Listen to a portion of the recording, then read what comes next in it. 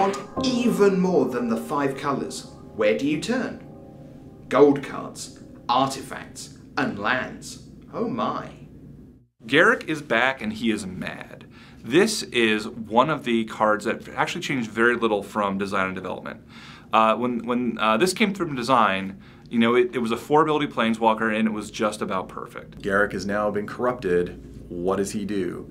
And as a mono green, he was, you know, summoning beasts and, you know, being a nature predator, a hunter, but I always saw him as a kind of a catch and release kind of guy. In this card now, he is no longer catch and release. He is about going out and killing Planeswalkers.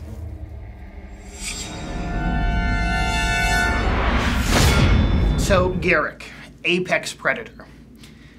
We've only done the 4-ability Planeswalker once before, but when we started working on him, one thing was really clear. This Garrick needed to say, destroy target Planeswalker as one of its abilities. The +1 destroy target Planeswalker, very close to the end, was actually the second ability on the card, and it was 0 destroy target Planeswalker. But I decided that that mode was not really where a lot of the power on that card was coming from, and it was way cooler if destroy target Planeswalker was first on the card. So in order to do that, we had to make it a +1. So now the card's more powerful, but it's the coolest thing to read as the first thing, and I regret nothing. Long ago, in the set called Tempest, we made these creatures called the slivers that were very, very popular, and we've brought them back numerous times because they are so popular.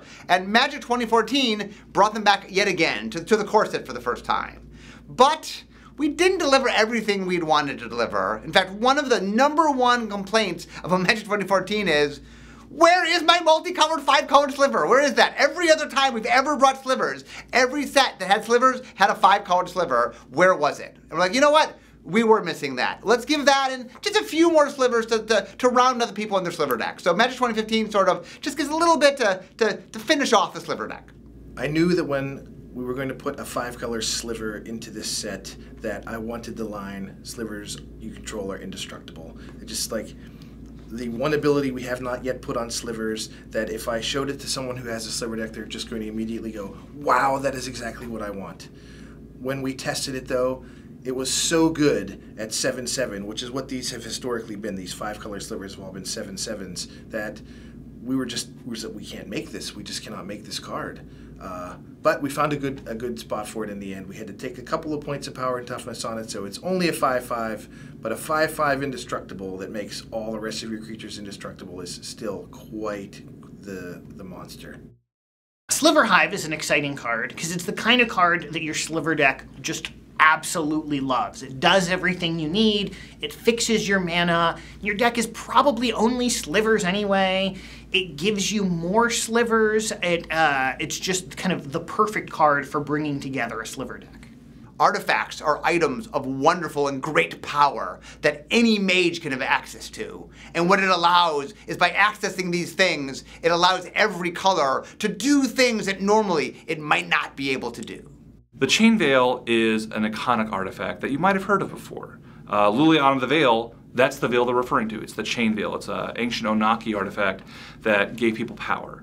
And in the hands of a powerful planeswalker, it really makes them into something that is almost unstoppable. So as we were designing it, we said, well, you know, what can we do with this artifact that makes sense? And the ability to use your planeswalkers twice in one turn, that was the powerful thing that you get to do, that the chainmail, the reason why Liliana was seeking it.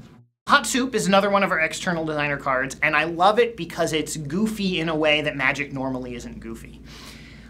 We knew we were going to let ourselves stretch a little bit in terms of our normal design philosophies and things as we brought in these external designers with their own perspectives. But I still wasn't sure that creative was going to give us that much leeway, and I brought it to them and said, you know, what do you think? And they're like, okay, we can figure out a gag here. As we worked on the Soul Cycle, we originally had 5 planes, and the idea was, well, what if we did an artifact too? And so it started off as Soul of Mirrodin, until lead developer Bill Moreno realized, hey, Mirrodin isn't there anymore. It's now Phyrexia. So now it's Soul of New Phyrexia. This was one of the cards that everyone, was super excited when they thought of that, super excited to design it, and when the art came in, everyone was just totally floored. One of our externally designed cards was made by the guys that do the Penny Arcade webcomic. And one of the Easter eggs that is in the set is that the Avarice amulet, which they designed, is a reference to something from their webcomic, which is a Pac-Man watch that the characters in the comic are constantly fighting over. So this artifact, which if you look close at the art, hints ever so slightly at Pac-Man, is an equipment that goes back and forth that you want to fight over. So I like the card Meteorite because we worked on it together in the design team, and we kind of worked on the mechanic, and then Aaron Forsyth looks over at me and he was like, what do we call this? And I was like, Meteorite, and it stuck the whole way through, so that feels good.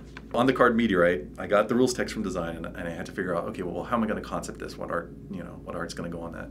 And the first thing I thought of was the house that fell on one of the Wicked Witches in Wizard of Oz. And it was just that whole thing of the 2 feet sticking out from underneath this giant thing. And then I was just like, oh, it's got to be. When I was putting together Magic 2015, I was hoping to just fill it chock full with everything we could think of. And when I look at it now, I think we did a great job of that, especially on the emotional tone of what's going on. You have the very dark Garrick story coming together, and then there's some hilarious cards in the set as well, whether it's Hot Soup or Meteorite. There's all these just super fun things. So for every player, there's something that they're going to enjoy.